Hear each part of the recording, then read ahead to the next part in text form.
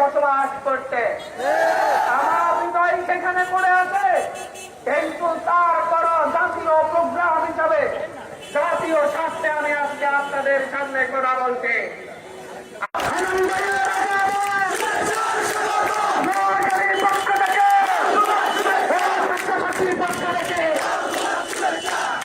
এই নোয়াখালী অঞ্চলের বৃহত্তর নোয়াখালী অঞ্চলের সবচাইতে অবহেলিত জনপদ দ্বীপ হাতিয়ায় জন্ম নেওয়া একজন সন্তান।